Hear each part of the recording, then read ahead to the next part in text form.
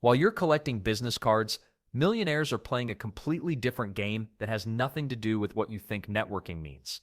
The real question isn't who they know, it's what they know about you. The ultra-wealthy don't network at crowded hotel ballrooms with cheap wine and name tags.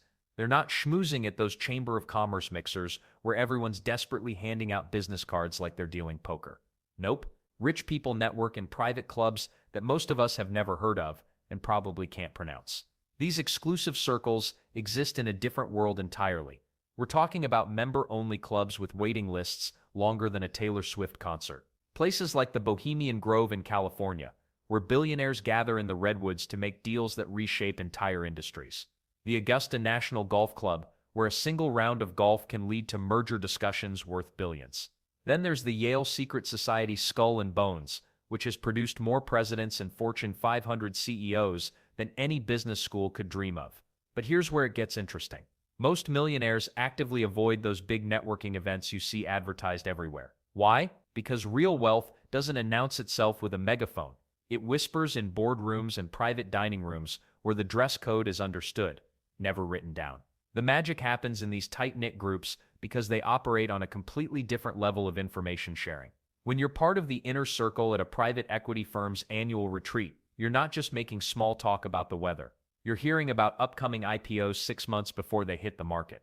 Someone mentions they're looking to offload a portfolio of commercial properties, and boom, another member knows exactly the right buyer. Trust becomes everything in these networks. Makes sense, right? When you're discussing 8-figure deals over dinner, you can't have loose lips sinking ships. These circles develop their own informal vetting process. New members aren't just invited because they have money. They need references from existing members who are willing to stake their reputation on the newcomer's discretion and integrity. Well, the support system in these exclusive networks puts any friendship group to shame. Members don't just share business cards, they share entire Rolodexes. A tech billionaire introduces a pharmaceutical executive to his personal patent attorney. A real estate mogul connects a hedge fund manager with his favorite tax strategist who saved him millions last year. Everyone wins because everyone brings something valuable to the table. The weird part is how casual these life-changing introductions can be. Oh, you're expanding into Southeast Asia? You should talk to my friend Marcus. He just closed a deal in Singapore last month. That throwaway comment at a private wine tasting just opened doors that would take others years to find if they ever found them at all. Let's not forget the unspoken rules that govern these circles. Nobody shows up empty-handed to the conversation. Everyone maintains a certain level of success and influence that justifies their membership. And perhaps most importantly, what happens in Vegas doesn't just stay in Vegas. It never happened at all. Discretion isn't just valued, it's absolutely mandatory. These networks also have incredible staying power across generations.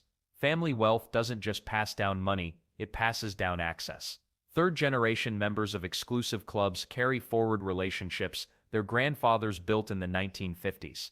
The pharmaceutical company CEO, whose grandfather played poker with oil industry titans, now sits on energy company boards. It's networking with compound interest. The power of these exclusive circles extends far beyond individual deals. They shape entire market directions. When enough influential people in the same room start talking about renewable energy opportunities, suddenly billions of dollars shift toward green technology investments. When they collectively worry about inflation, gold prices mysteriously start climbing before any public announcements hit the news. And the funny thing about exclusivity, it creates its own demand. The harder these circles are to access, the more desperately people want in. But that desperation is exactly what keeps them out. These networks can smell try-hard energy from miles away. Members genuinely enjoy helping each other succeed because everyone's success reflects well on the group's reputation. When a circle member's startup goes public and makes headlines, it elevates the entire network's status. Success becomes contagious, and everyone benefits from being associated with winners. The most successful people in these exclusive circles understand something crucial about networking. It's not just about who you know, but about who trusts you enough to share their most valuable connections. Trust opens doors that money alone never could. But even the most exclusive circles in the world mean nothing without the right foundation underneath them. The wealthy don't just rely on their connections. They carefully craft something else that makes those connections want to stick around. And that foundation starts with building something that makes people remember you long after the private jet lands and the champagne glasses are cleared away. Think about this for a second. Most people walk into wealthy circles trying to impress everyone with their expensive watch or fancy car. But here's what actually happens. Millionaires see right through that stuff. They've been around real money long enough to spot fake wealth from a mile away. The truly rich, they're way more interested in your reputation than your Rolex. Building a personal brand isn't about posting vacation photos on Instagram or buying followers. It's about becoming someone others can trust with their money, their connections, and their secrets. When wealthy people decide whether to do business with you, they're not just buying your product or service, they're buying you, your track record, your reliability, your character. Here's where it gets interesting. The millionaire next door probably has a LinkedIn profile that looks boring compared to some influencer with millions of followers, but every single achievement on that profile is real. Every recommendation comes from someone who actually worked with them. No fake testimonials, no bot reviews, just solid, verifiable success. Smart, wealthy people invest serious money in their reputation. They hire PR firms not to make them look flashy, but to make them look trustworthy. Well, there's a huge difference between those two approaches. Flash fades fast. Trust compounds like interest in a bank account. Let's not forget the power of storytelling in all this. Everyone has a story, but most people tell boring ones. They talk about their job title or their company size. Millionaires tell stories that stick in your memory. They talk about the problem they solved, the risk they took, or the lesson they learned from failure. These stories don't just entertain, they demonstrate character. But why does this matter so much in networking? When you meet someone at a high-level business dinner, you might have 5 minutes to make an impression, maybe less. If your personal brand is strong enough, they've already heard about you before you even shake hands. That's when networking becomes effortless. The weird part is how many successful people completely mess this up. They think personal branding means bragging about themselves constantly. Wrong approach entirely. The best personal brands feel almost humble. They let achievements speak for themselves while focusing conversations on the other person. Then there's the authenticity factor. Rich people have seen every sales pitch, every fake smile, every exaggerated success story. They develop radar for detecting nonsense. When someone tries too hard to impress them, red flags go up immediately. Authentic people, on the other hand, feel refreshing. They admit when they don't know something, they share real struggles alongside real victories. Social media becomes a powerful tool when used correctly. Millionaires don't post pictures of their breakfast or political rants. Their profiles showcase genuine expertise. They share industry insights, celebrate team members, or highlight charitable work. Each post builds credibility rather than just seeking attention. And the amazing thing about reputation, it works even when you're not in the room. Two business executives might be discussing potential partners over coffee. Your name comes up because someone heard you speak at a conference 6 months ago. They remember your unique perspective on market trends. Suddenly you're getting invited to deals worth millions, and you have no idea why. Building this kind of reputation takes patience though. Quick schemes backfire spectacularly in wealthy circles. One fake story or exaggerated claim can destroy years of relationship building. These communities are smaller than people think, and news travels fast. Smart personal branding also means knowing what not to share. Millionaires rarely post about their personal problems or controversial opinions.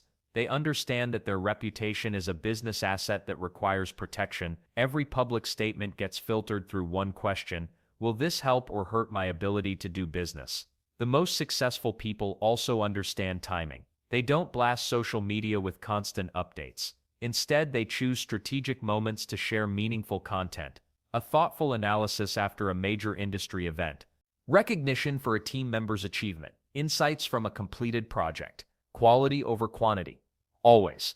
But here's what really separates amateurs from professionals in personal branding. Amateurs focus on making themselves look good. Professionals focus on making others look good while subtly demonstrating their own value. They tag colleagues in success stories. They share credit generously. They highlight client achievements. This approach creates something powerful. Other successful people start promoting your brand for you. When someone asks for a recommendation in your field, your name comes up naturally in conversation. That's worth more than any paid advertising campaign. Personal branding done right becomes your networking foundation. It's working 24 hours a day, even while you sleep, building trust with people you haven't even met yet, creating opportunities that seem to appear from nowhere. Most people approach networking backward. They try to meet people first, then build trust later. The wealthy understand the reverse works better. Build trust first through reputation, and the right people will seek you out. Now that your personal brand is working as your networking foundation, you'll want to know how to make powerful first impressions when those important meetings finally happen. Building a reputation gets you noticed, but waiting around for opportunities, that's amateur hour. The wealthy have figured out something most people miss entirely. They don't sit back hoping someone will approach them at events. They don't wait for the perfect moment to send that email. Instead, they make the first move, every single time. Here's what's fascinating about this approach. When you arrive early to high-end events, something magical happens. You get the organizers' attention when they're not overwhelmed. You can actually have real conversations instead of shouting over crowds. But here's the kicker. Early arrivals often include the most serious players. These aren't people showing up fashionably late to see and be seen. They're there to work. Take Richard Branson's approach to networking events. He shows up before anyone else, chats with staff, learns everyone's names, and positions himself near the entrance. Why? Because when other VIPs walk in, he's the first person they see. Not by accident, by design. The psychology behind first moves runs deeper than most people realize. When you reach out first, you automatically position yourself as someone who takes initiative. You become the leader in that relationship from day one. Think about it. Millionaires didn't get rich by waiting for permission or hoping someone else would make the first call. Well, here's where it gets interesting. Smart networkers don't just make contact first. They make strategic introductions that benefit everyone involved. Let's say you meet two people who could help each other. Instead of keeping those connections separate, you bring them together. Suddenly, you're not just another contact in their phone. You're the person who created value for both of them. This strategy works because it flips the traditional networking script. Most people go to events thinking, who can help me? Wealthy networkers think, who can I connect with whom? That shift in perspective changes everything. You stop being someone who needs favors and become someone who creates opportunities. Then there's the timing element that separates pros from amateurs. When wealthy people identify someone they want to connect with, they don't wait weeks to follow up. They send that message within 24 hours. Not with some generic nice-to-meet-you nonsense, with something specific, valuable, or actionable. Here's a real example from Silicon Valley. A tech entrepreneur wanted to connect with a potential investor. Instead of sending a standard pitch deck, he noticed the investor tweeting about struggling to find good coffee near his office. The entrepreneur sent a message with recommendations for 3 excellent coffee shops within walking distance, along with a brief note saying he'd love to grab coffee at whichever spot sounded most appealing. Meeting scheduled within 2 days. But why does this work so well? Because most people overthink their approach. They craft perfect emails that never get sent. They wait for the right moment that never comes. Meanwhile, the wealthy understand that imperfect action beats perfect inaction every single time. The real secret sauce involves understanding what wealthy people value most, their time. When you make the first move efficiently and purposefully, you're solving a problem for them. You're eliminating the back-and-forth dance of who should reach out first. You're making their life easier, not harder. Let's not forget the compound effect of being proactive. When you consistently make first moves, you develop a reputation as someone who gets things done. People start reaching out to you because they know you'll respond and take action. You become known as a connector, a deal maker, someone worth knowing. Smart first moves also create what psychologists call the reciprocity principle. When you take the initiative to help someone or connect with them meaningfully, they feel obligated to reciprocate, not in a manipulative way, but because humans naturally want to balance social equations. And the weird part is how simple this really is. Most people complicate networking because they're afraid of rejection or worried about seeming pushy. Wealthy networkers have already accepted that some people won't respond. They've made peace with that reality. So they focus on the ones who do respond, building deeper relationships instead of worrying about the ones that don't pan out. The most successful networkers treat first moves like investments. Some pay off immediately. Others take months or years to generate returns. A few never pay off at all. But the portfolio approach works because you only need a small percentage of your outreach efforts to succeed wildly. What makes this strategy even more powerful is how it positions you for future opportunities. When someone needs to recommend a person for a board position, a speaking engagement, or a business partnership, they remember the person who took initiative. They remember the connector, the one who made things happen. This proactive mindset becomes your competitive advantage in a world where most people wait for permission, wait for invitations, wait for the perfect moment that rarely arrives. But mastering first moves is just the beginning. The real magic happens when you combine initiative with something even more powerful, and that's where the next piece of the puzzle becomes absolutely crucial. Here's something most people get backwards about networking with the wealthy. They walk into rooms thinking about what they can get. The millionaires, they're already thinking about what they can give. This isn't some feel-good philosophy either. It's cold, calculated strategy that works like clockwork. Rich people understand a fundamental truth about human psychology. When someone helps you first, you feel obligated to return the favor. It's wired into our brains. But here's where it gets interesting. Most wealthy networkers don't just offer help, they offer the right asterisk kind of help. The kind that makes people remember their names 6 months later. Take Sarah Chen, a tech entrepreneur who built her network by sharing market research. Not the basic stuff everyone could Google. We're talking proprietary data from her own company's analytics. She'd walk into conferences with USB drives full of industry insights that cost her team thousands to compile.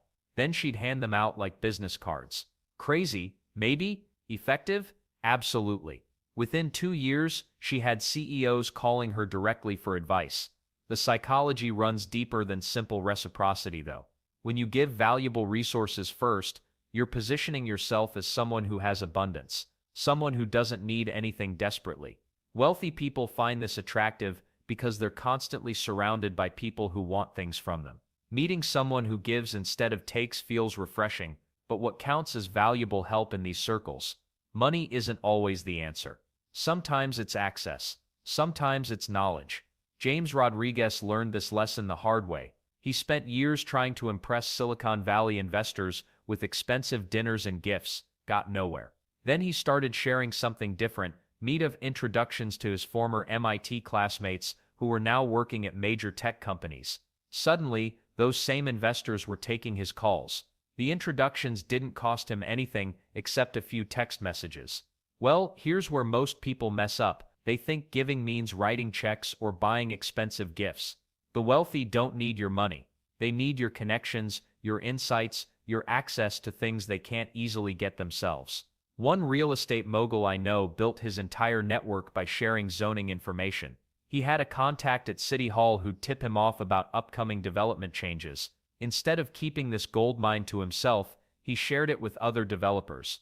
Those developers made millions from his tips. Guess who they call first when new opportunities arise? The timing matters too. Smart networkers don't wait for people to ask for help. They anticipate needs before they become urgent. Mark Cuban once mentioned in an interview that the best business relationships in his life started when someone solved a problem he didn't even know he had yet. That's the level of thinking required here. Then there's the art of connecting people. This might be the most powerful form of giving in wealthy circles. When you introduce two millionaires who end up doing a profitable deal together, both of them owe you. They'll remember you as the person who expanded their opportunities. Lisa Park built her consulting empire this way. She kept detailed notes about everyone she met, missed their challenges, their goals, their interests. Then she'd spot connections others missed. The software CEO who needed manufacturing contacts met the factory owner looking to modernize. Both deals happened because Lisa saw the match. And the weird part is, this strategy compounds over time. Each person you help becomes a multiplier for your reputation. They tell others about your generosity. Your network grows without you actively working on it. The wealthy understand that reputation travels faster in their circles than anywhere else. One good deed can create opportunities across multiple industries. Let's not forget the psychological advantage this gives you in negotiations later. When someone already sees you as generous and helpful, they approach business discussions differently. They assume good faith, they're more likely to share information. They want the relationship to work because you've already demonstrated value to them. The most sophisticated networkers take this even further. They create systems for giving that don't drain their resources. They might start monthly dinners where they invite people who should know each other, or they launch newsletters sharing industry insights that benefit everyone in their network simultaneously. One investment banker started a private WhatsApp group where he shared market updates. The group now has 200 members who all consider him a valuable contact. Smart giving also means knowing when to stop. The wealthy respect boundaries. They don't want to feel indebted beyond a reasonable level. The goal isn't to create obligation slaves, it's to establish yourself as someone who adds value to their world. This foundation of generosity sets the stage for something even more powerful. When wealthy people want to make a real impact beyond their businesses, they turn to causes that matter to them. And that's where the most exclusive networking opportunities really begin to unfold. Most wealthy people donate millions to charity every year, but here's what most people miss.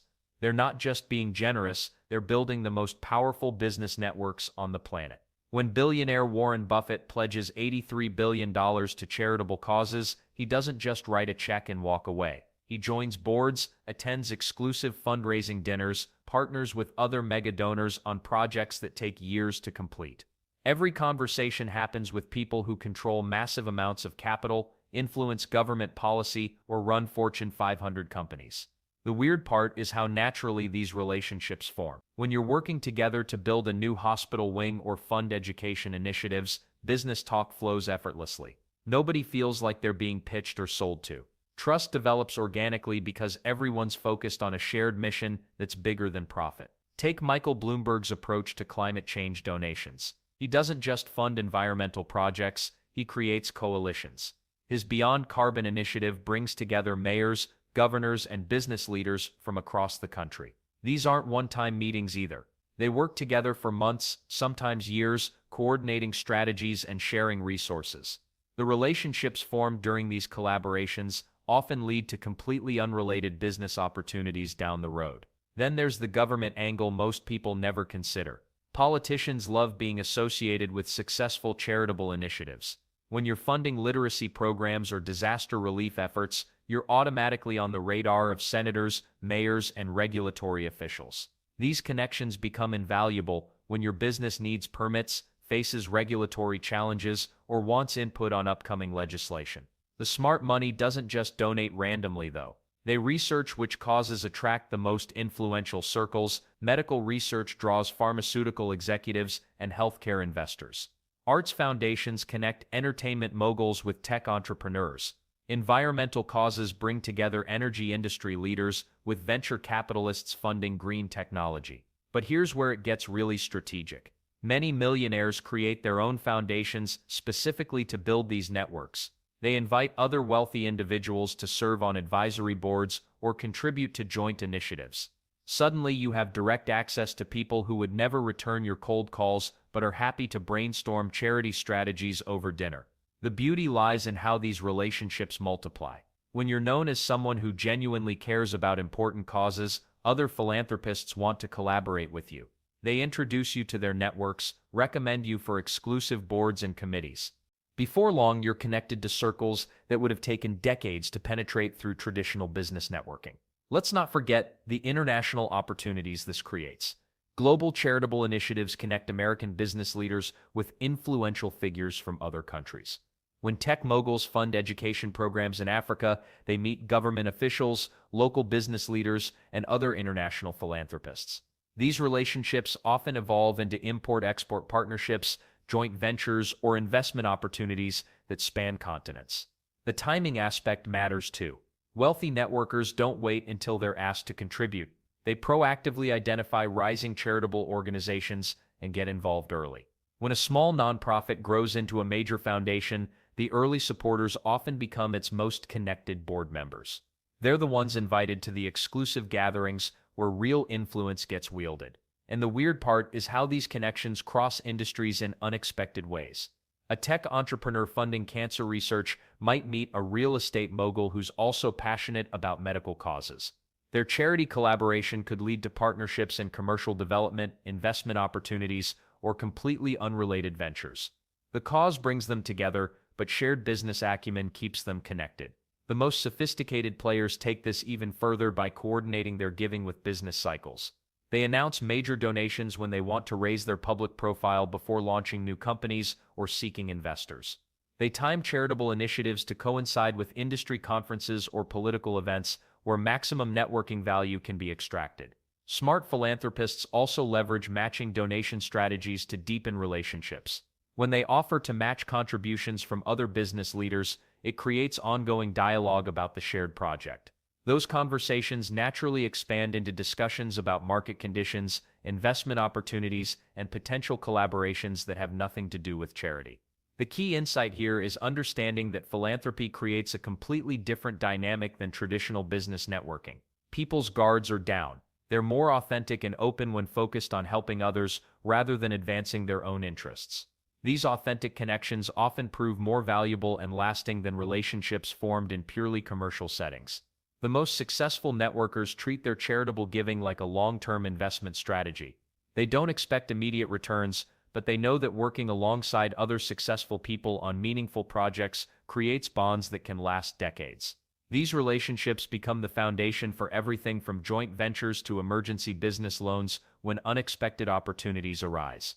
Wealthy people understand something most others miss. The most powerful business conversations happen when everyone thinks they're just doing good for the world. But there's another level to this game that goes beyond charity work, where real power gets exercised through completely different channels that most people never even realize exist. You know how we always wonder why certain laws get passed that seem to benefit only the wealthy? Well, here's the secret nobody talks about openly: power lobbying. And it's not what most people think it is. Most folks imagine lobbying as some guy in a suit carrying a briefcase full of cash. That's Hollywood nonsense. Real power lobbying happens at dinner parties, golf courses, and charity galas where millionaires casually chat with senators about concerns they have. The conversation flows naturally. No briefcases in sight.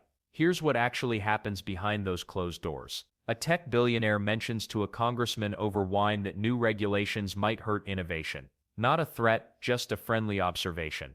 3 weeks later, that same congressman introduces a bill that mysteriously addresses those exact concerns. Coincidence? Sure, if you believe in fairy tales. The wealthy don't just lobby for themselves either. They create entire networks where multiple millionaires push for the same changes.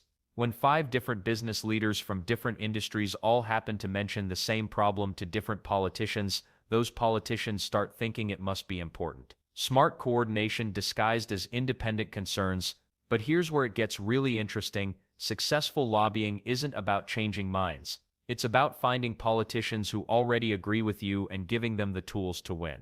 A real estate mogul doesn't try to convince an environmentalist to support development. Instead, he finds pro-business politicians and provides them with research, talking points, and campaign support to make their arguments stronger.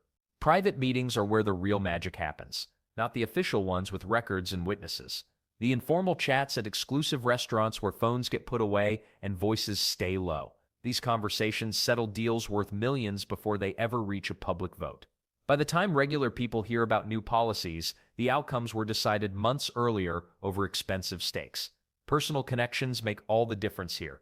Politicians remember who their real friends were before they got elected. A millionaire who supported a candidate when they were just a local nobody gets way more access than someone trying to build influence after that person becomes powerful. Early investment in relationships pays compound interest later.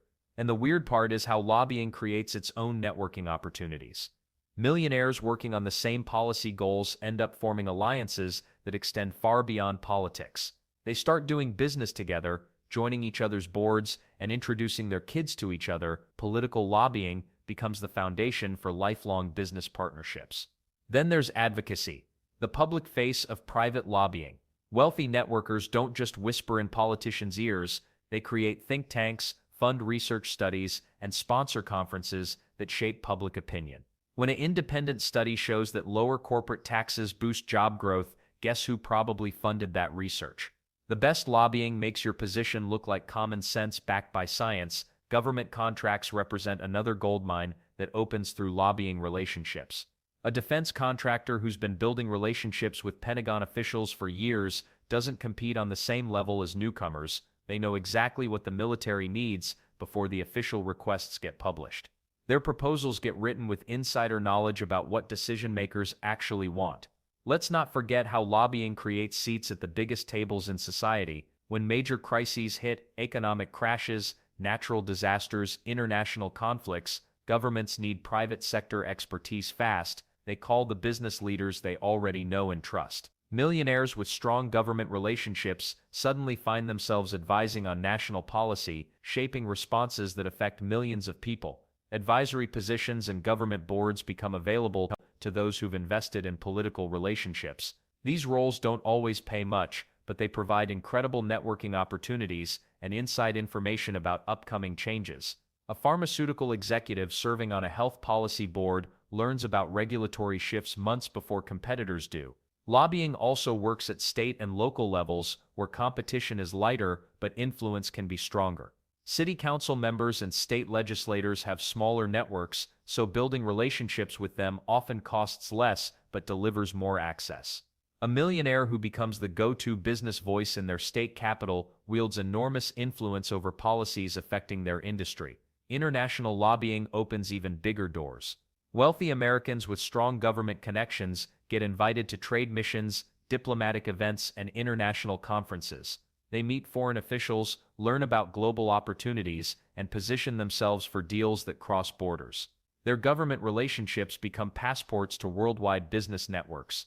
The return on lobbying investment is insane when done right. Spending a few $100,000 on relationship building and advocacy can influence policies worth billions. One favorable regulation change or government contract can pay for decades of lobbying expenses. Of course, all this relationship building and influence takes time to develop properly. Which brings us to why the most successful wealthy networkers think in terms of years and decades rather than quick wins. Here's something most people get completely wrong about wealthy networking. They think it's all handshakes and elevator pitches, quick wins, fast connections. But millionaires, they're playing chess while everyone else is playing checkers. The ultra-wealthy think in decades, not days. When they meet someone new, they're not asking themselves, what can this person do for me this month? They're wondering what might unfold over the next 10 years. Makes sense, right? Their entire approach revolves around cultivating relationships that compound over time, just like their investments. Take Warren Buffett's relationship with Charlie Munger. They didn't become business partners overnight. Buffett met Munger at a dinner party in 1959, and they spent years building trust through casual conversations and shared meals. No rushed business deals, no aggressive pitches, just two smart guys who recognized something valuable in each other and let it marinate. That patience turned into one of the most profitable partnerships in business history, worth hundreds of billions. Well, here's where it gets interesting. Most networking advice tells you to follow up within 48 hours. Send that thank you email. Schedule the coffee meeting. Strike while the iron is hot. But wealthy networkers often do the opposite. They'll meet someone fascinating and then wait, sometimes for months. They understand that desperation has a smell and it's not attractive. The weird part is how this patience actually creates more urgency on the other end. When someone doesn't immediately chase you for a favor, it makes you curious. You start wondering what they're really about. This psychological dynamic works because scarcity creates value, even in relationships. Then there's the compound effect of old connections. Sarah, a venture capitalist I know, tells a story about meeting a college student at a tech conference in 2010. The kid was passionate but broke, working on some app idea that seemed pretty basic. Sarah gave him her card, had a brief chat, and didn't think much of it. Fast forward 12 years, and that college kid had built a unicorn startup worth over $1 billion. When he needed funding for his second company, guess who got the first call? Let's not forget how millionaires handle relationship maintenance. They don't bombard people with constant contact. Instead, they use what I call strategic touch points. A congratulatory note when someone gets promoted, a relevant article shared at just the right moment, an invitation to an exclusive event when the timing feels perfect. These aren't calculated moves in a manipulative sense, they're genuinely thoughtful gestures spaced across years. But why does this long-term approach work so much better than aggressive networking? Trust takes time to build, especially at higher levels of wealth and influence. When someone has millions at stake, they can't afford to make quick decisions about who deserves access to their inner circle. They need to see how you handle success, failure, confidentiality, and pressure over multiple seasons of life. Consider how Jeff Bezos built relationships with other tech leaders. He didn't burst onto the scene demanding attention. He spent years quietly building Amazon, sharing insights at industry events, and helping other entrepreneurs without expecting immediate returns. When he finally needed strategic partnerships and political connections for Amazon's expansion, those relationships were already seasoned and ready to activate. and the numbers back this up. A Harvard Business School study found that business relationships spanning more than 7 years generate 23% more revenue opportunities than newer connections. Why? Because older relationships involve higher levels of trust, better understanding of each other's needs, and deeper integration into personal networks. The patience pays off in unexpected ways too. Long-term networkers often discover that their contacts have evolved into completely different opportunities than originally anticipated. That lawyer you met years ago might now be general counsel at a major corporation. The nonprofit director could have transitioned into government relations. The startup founder might have become a prominent investor. You never know how someone's trajectory will shift. Most people give up on networking relationships after 6 months of no obvious results. They move on to chase newer, shinier connections. But millionaires understand that some of their most valuable relationships lay dormant for years before producing meaningful opportunities. It's like having a savings account that earns compound interest.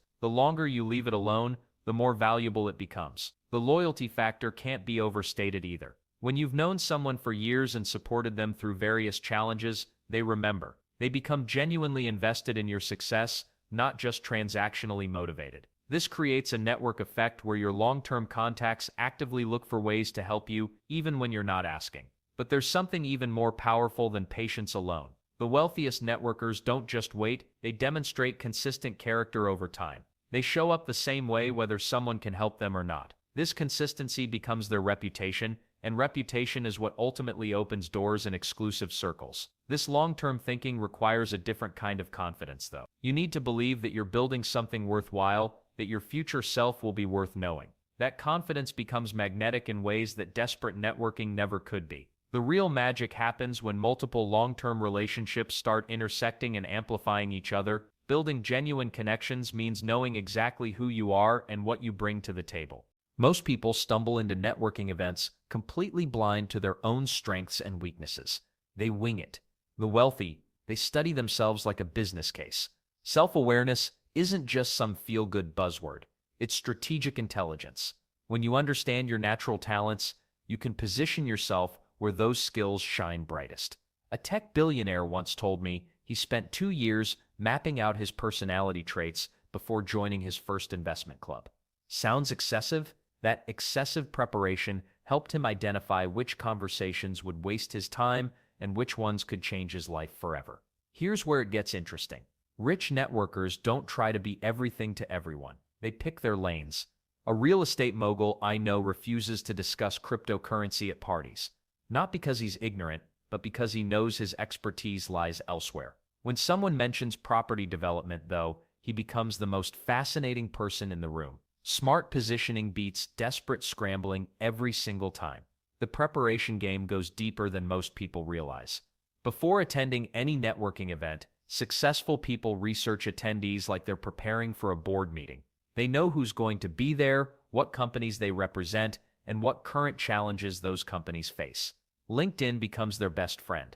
Company websites get thoroughly studied, recent news articles about attendees get bookmarked and analyzed. But here's the twist. They don't prepare to impress. They prepare to serve. When you know someone's struggling with supply chain issues and you happen to know 3 logistics experts, you become valuable instantly. That's not coincidence. That's calculated preparation paying dividends. Research reveals patterns that separate amateur networkers from professionals. Amateurs ask generic questions like, "What do you do?" Professionals ask specific questions that show they've done their homework. I saw your company just expanded into Southeast Asia. How are you finding the regulatory differences there? Boom. Instant credibility. Let's not forget the power of knowing your own limitations. Wealthy networkers readily admit when topics fall outside their expertise. This honesty builds trust faster than pretending to know everything. A pharmaceutical executive once gained massive respect by saying, "I don't understand blockchain, but I'd love to learn from someone who does." That honesty led to a partnership worth 8 figures. Preparation also means understanding the unspoken rules of different networking environments. Country club conversations follow different protocols than startup incubator meetups. Charity galas have different energy than industry conferences. The rich adapt their approach accordingly. They study the culture before stepping into the room. Then there's the art of question preparation. Most people hope good questions will magically appear during conversations. Professionals come armed with thoughtful inquiries that spark meaningful discussions. They prepare questions that make others think, not just respond. What's the most unexpected challenge you've faced while scaling your business? Beats how's business going? Every time. Self-reflection becomes a continuous process, not a one-time exercise. Successful networkers regularly evaluate their networking performance. Which conversations led to follow-ups? Which approaches fell flat? What personality types respond best to their communication style? This constant refinement separates good networkers from great ones. The weird part is how this preparation makes conversations feel more natural, not scripted. When you're confident in your knowledge and clear about your intentions, authentic connections happen easier. Preparation eliminates nervousness and creates space for genuine interest in others. Clear intentions matter more than most people realize. Wealthy networkers enter every conversation with specific goals, not aggressive sales goals, but relationship goals. They might aim to understand someone's business challenges, share a relevant resource, or simply learn something new. Purposeful networking beats aimless chatting consistently. Timing awareness represents another crucial element. The rich know when they're in the right mental space for networking and when they're not. They skip events when they're distracted or unprepared. Quality connections require full presence. Half-hearted networking often does more damage than no networking at all. Self-awareness also means recognizing your networking strengths. Some people excel in large groups. Others shine in one-on-one settings. Some are natural storytellers. Others ask brilliant questions. The wealthy lean into their natural networking styles instead of forcing themselves into uncomfortable approaches. Preparation extends to follow-up strategies too. Before meeting someone interesting, smart networkers already know how they'll maintain that connection. They have systems for remembering important details and regular touchpoint schedules. This isn't overthinking. It's professional relationship management. Makes sense, right? While others stumble through conversations hoping something clicks, the wealthy enter networking situations with surgical precision. They know themselves, they know their audience, and they know their objectives. But individual preparation only takes you so far. The real networking acceleration happens when you join forces with other prepared, ambitious people who share similar growth mindsets. That's where mastermind groups enter the picture. The most successful people don't just network randomly, they build something far more powerful. Secret groups where the real magic happens. Napoleon Hill called them mastermind groups back in 1937, but wealthy people have been doing this for centuries. These aren't your typical business meetups with cheap coffee and name tags.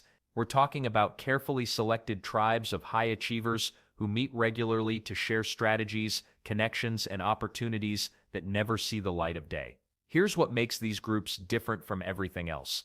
Members don't just exchange business cards and hope for the best, they dig deep into each other's challenges and goals. Real deep. One member might be struggling to expand into Asia, while another has manufacturing contacts in Singapore. Another might need funding for a tech startup, while someone else just sold their company and has cash to invest. The beauty lies in the exclusivity. Most mastermind groups cap membership at 8 to 12 people. Why? Because trust requires intimacy, and intimacy requires small numbers. You can't build real relationships with 50 people in a room, but 12? That's a family dinner where everyone knows everyone's business. Then there's the commitment factor that separates serious players from wannabes. These groups typically require annual fees ranging from $25,000 to $500,000. Not because the organizers are greedy, but because expensive barriers filter out people who aren't serious. When someone pays $100,000 to join a group, they show up prepared and engaged. Let's not forget the accountability aspect that drives results. Members set goals publicly within the group and report back regularly. Missing targets means explaining yourself to 11 other successful people who don't accept excuses. That kind of peer pressure pushes performance beyond what most people achieve alone. One tech entrepreneur shared how his mastermind group helped him increase revenue from $2 million to $20 million in 3 years through their feedback and connections. But why do these groups work so much better than traditional networking? Simple. Traditional networking is transactional. People meet, exchange information, maybe do one deal, then move on. Mastermind groups are transformational. Members invest in each other's long-term success because everyone wins when the group succeeds. The membership selection process reveals everything about how wealthy people really think. Most groups require applications, references, and interviews. They're not looking for the biggest names or highest net worth. They want people who contribute value, maintain confidentiality, and play well with others. One billionaire was rejected from a mastermind because he dominated conversations and never listened. And the weird part is how these groups handle competition. You'd think successful people would guard their secrets jealously. Instead, they share everything: marketing strategies, vendor contacts, hiring practices, investment opportunities. Competition becomes collaboration because the group's collective knowledge benefits everyone more than individual secrecy.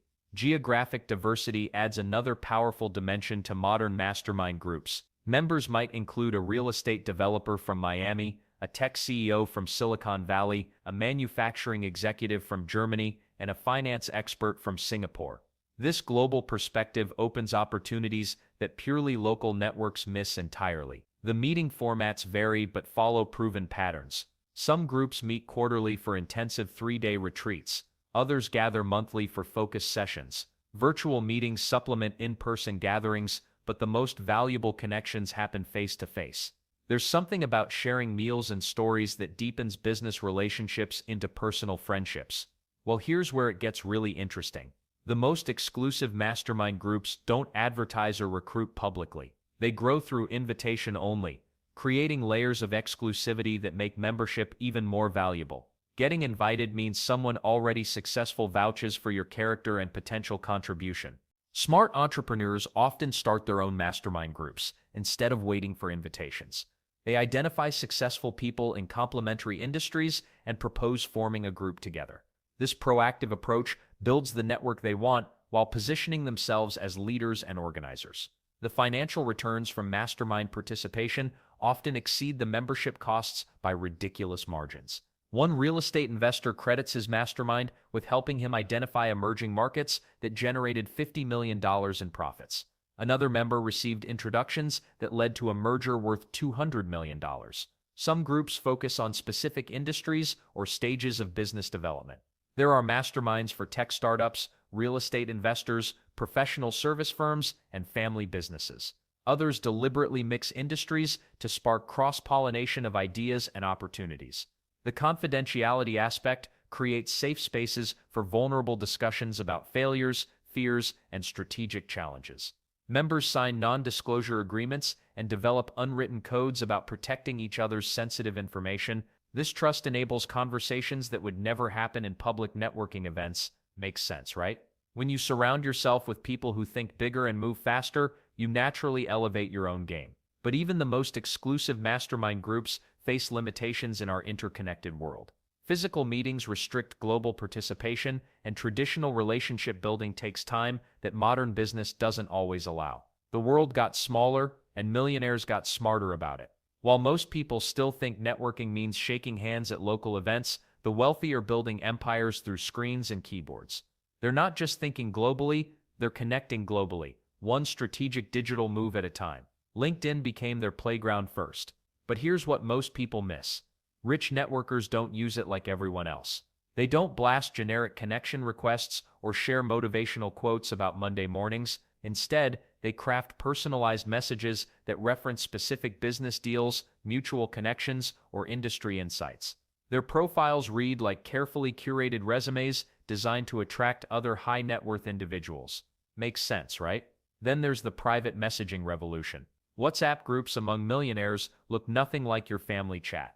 These conversations flow with investment opportunities, exclusive event invitations, and real-time market intelligence.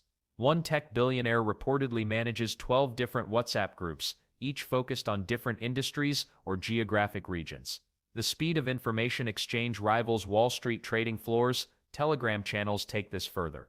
Wealthy entrepreneurs create invite-only channels where members share everything from private equity deals to government policy changes before they hit the news. These aren't conspiracy theories. They're business intelligence networks operating at light speed. And the weird part is, most of these conversations happen while participants are scattered across different continents. Well, the real game changer came when social media influencers realized their follower counts translated into networking power. A venture capitalist with 500,000 Twitter followers can spark conversations with CEOs who would never answer cold emails. One tweet mentioning interest in sustainable energy might generate dozens of direct messages from startup founders, fellow investors, and industry experts within hours. Instagram stories became another secret weapon. Wealthy networkers post behind-the-scenes content from exclusive events, luxury locations, or business meetings. This isn't showing off, it's strategic positioning. Other millionaires see these glimpses and recognize membership in the same elite circles. Connections form naturally when people realize they move in similar spheres. Let's not forget the power of virtual events that exploded recently. Zoom calls replaced private jets for many networking activities. Suddenly, a real estate mogul in Dubai could join a mastermind session with tech entrepreneurs in Silicon Valley and hedge fund managers in New York. Geographic barriers crumbled overnight. The cost of global networking dropped from thousands of dollars in travel expenses to zero. But why did digital networking prove so effective for the wealthy? Speed plays a huge role. Traditional networking required scheduling meetings, booking flights, and clearing calendars weeks in advance. Digital platforms enable real-time connections and instant relationship building. A simple comment on someone's LinkedIn post can spark a $1 million partnership discussion within hours. Then there's the documentation advantage. Digital conversations create paper trails that help wealthy networkers track relationship development over time. They can review past discussions, reference specific details, and demonstrate consistent engagement. This level of organization would be impossible with purely face-to-face networking. Smart millionaires also leverage time zone differences for competitive advantage. While their local competitors sleep, they're building relationships with potential partners halfway around the world. A New York investor might spend evening hours cultivating relationships with Asian entrepreneurs who are starting their business day. This creates a 24-hour networking cycle that never stops generating opportunities. The multiplication effect gets really interesting here. One well-connected person sharing your content or recommending your services to their network can instantly introduce you to hundreds or thousands of potential connections. Traditional networking required meeting people one at a time. Digital platforms enable one-to-many relationship building that scales exponentially. Video calls added the human element back into digital networking. Wealthy individuals discovered they could build trust and rapport through high-quality video conversations that felt almost as personal as face-to-face meetings.